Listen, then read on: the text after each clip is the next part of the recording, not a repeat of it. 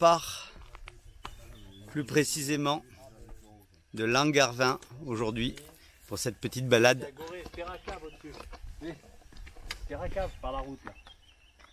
On a un beau panorama, un beau ciel bleu, c'est superbe.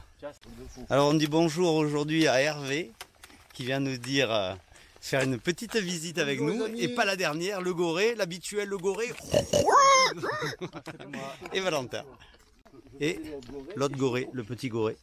Voilà, donc on part de Langarvin aujourd'hui. Et on va aller aux ruines de Rocasparvière par le col Saint-Michel, 700 mètres d'altitude. On va faire une petite montée bien tranquille pour partir.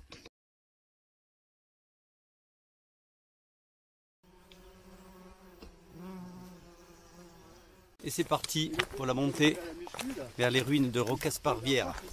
Alors on aurait pu partir de Coaraz en fait, mais ça fait 5-6 km aller contre 2-3 ici. Donc ça va nous permettre un petit peu de prendre des prises de vue, faire des prises de vue et profiter un petit peu plus du temps. Qu'est-ce qu'il a vu? Le bâtiment, je sais pas ce que c'est. Ben, c'est les ruines, c'est la chapelle Saint-Michel. Voilà, donc on va là-haut. Effectivement, il y a un bâtiment tout là-haut.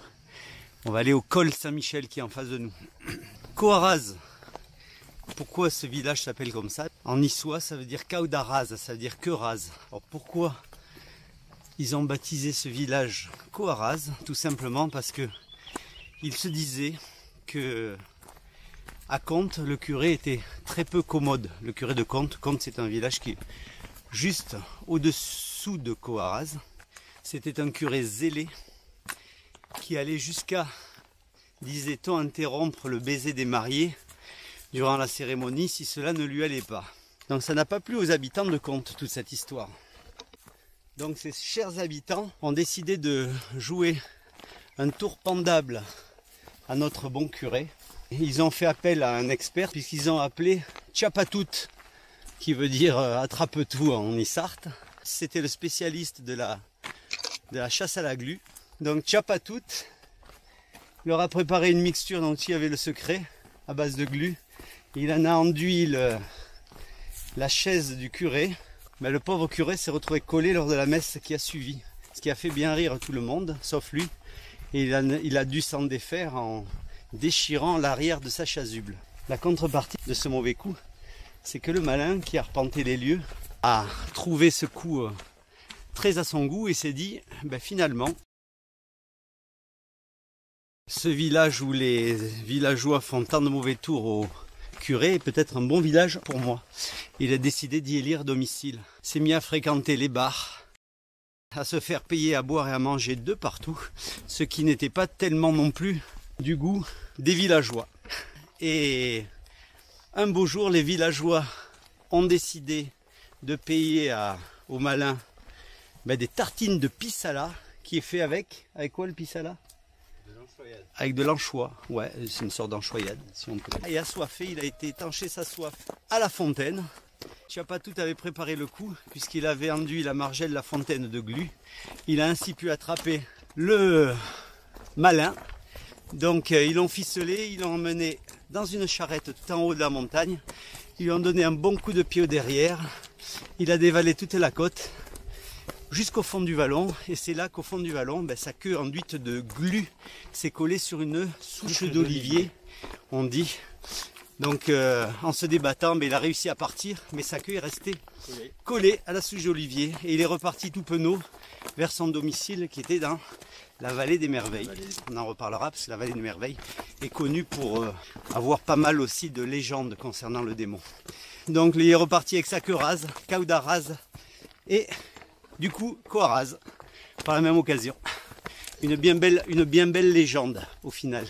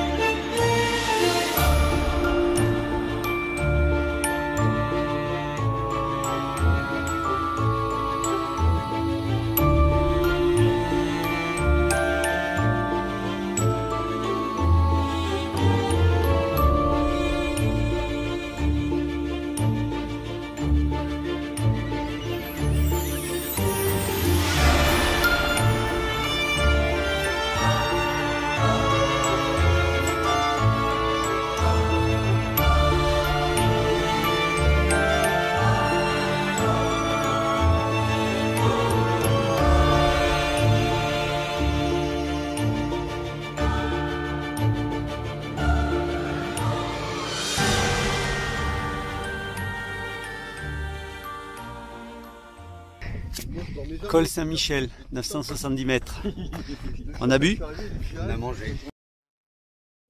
Voilà, donc pour ceux qui auraient envie de faire le grand tour du col Saint-Michel, on a ici devant nous, donc on a la piste en fait qui repart plein sud sur le village de Coaraz. On va aller voir le poteau.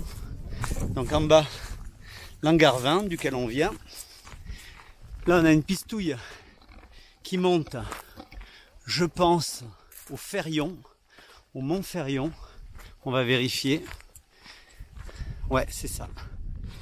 Voilà, donc on la prendra tout à l'heure pour visiter les mines de l'Aiguisse. Et ici, direction Coaraz.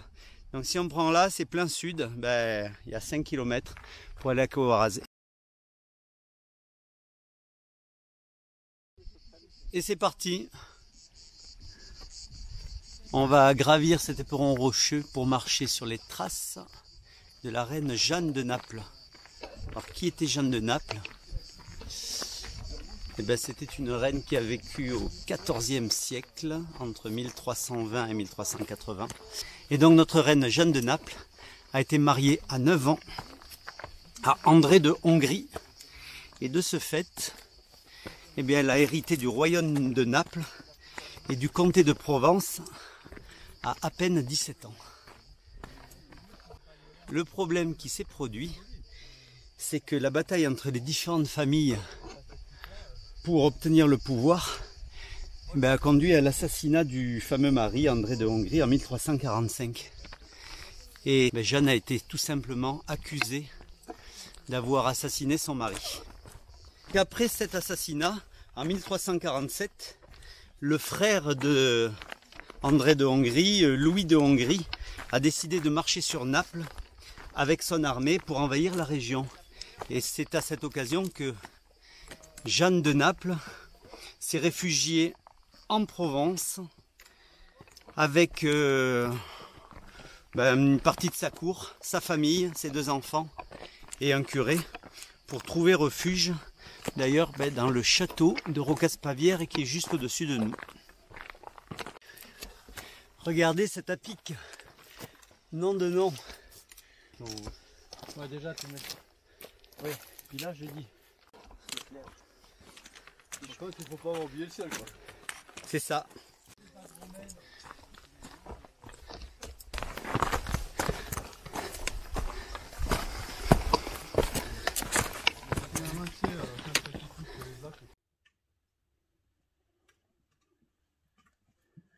Les mecs, ils arrivent pas, tu sais.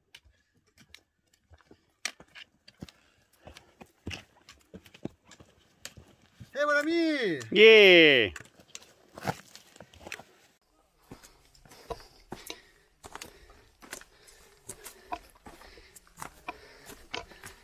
Des bouteilles? Ouais, des bouteilles. Ouais. Chapelle Saint-Michel. On va faire une petite prière pour notre saint patron.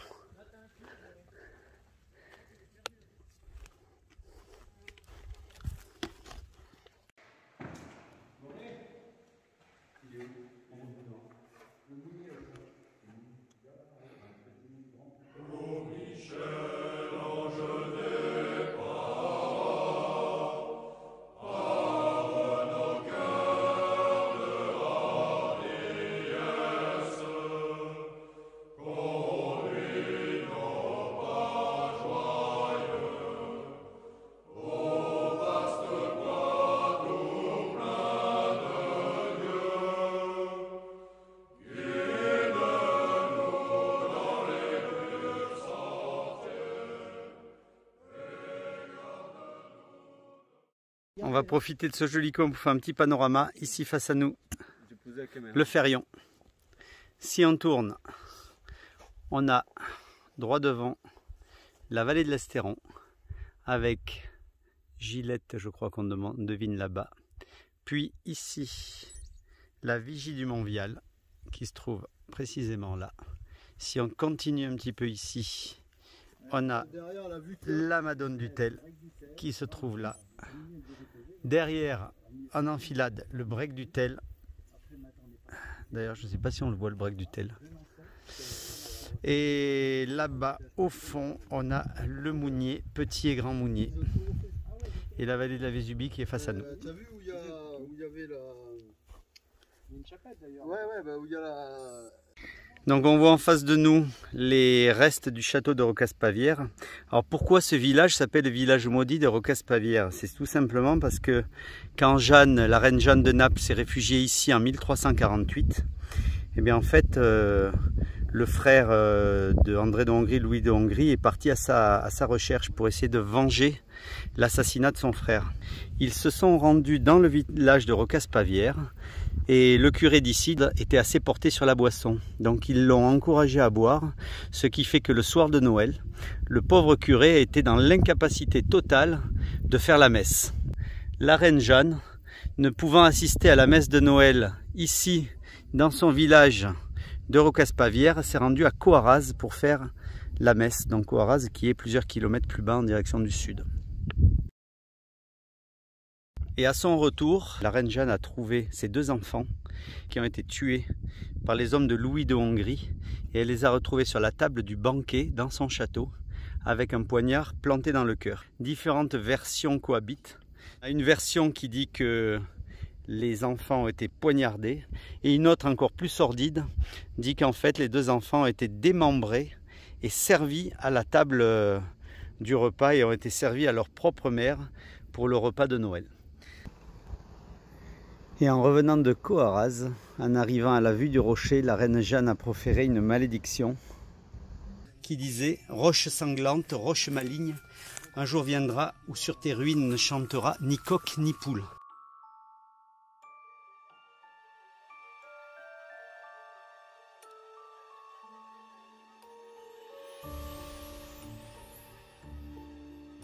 Mais c'est là que la réalité a rejoint la fiction, puisque au XIVe siècle, le château a été dévasté, les terrains par une invasion de sauterelles.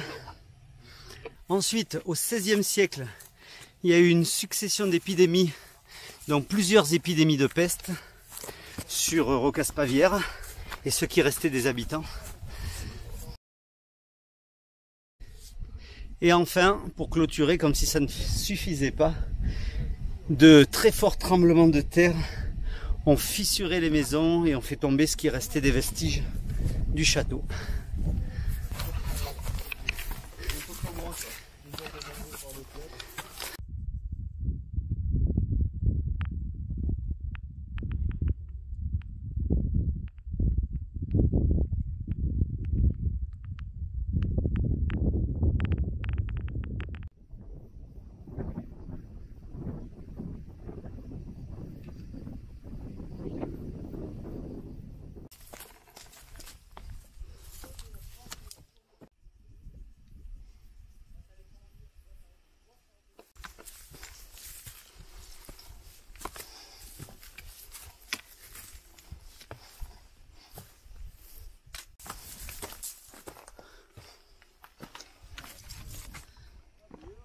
Ah oui, vous êtes dedans.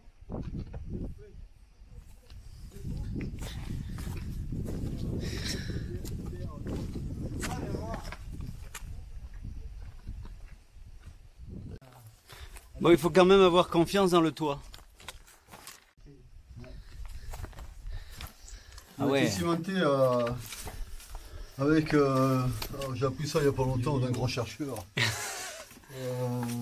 Comme le ciment romain. C'est vrai? Ouais, avec de la cendre volcanique. D'accord. Ah, énorme. Tu vois, je suis pas la moitié d'un con quand même. Il est intelligent ce garçon. Il retient en fait. Quand je lui dis voilà. un truc, il retient. On redescend par le même, non? Ouais. On va pas se faire chier parce qu'après, j'ai la calade là.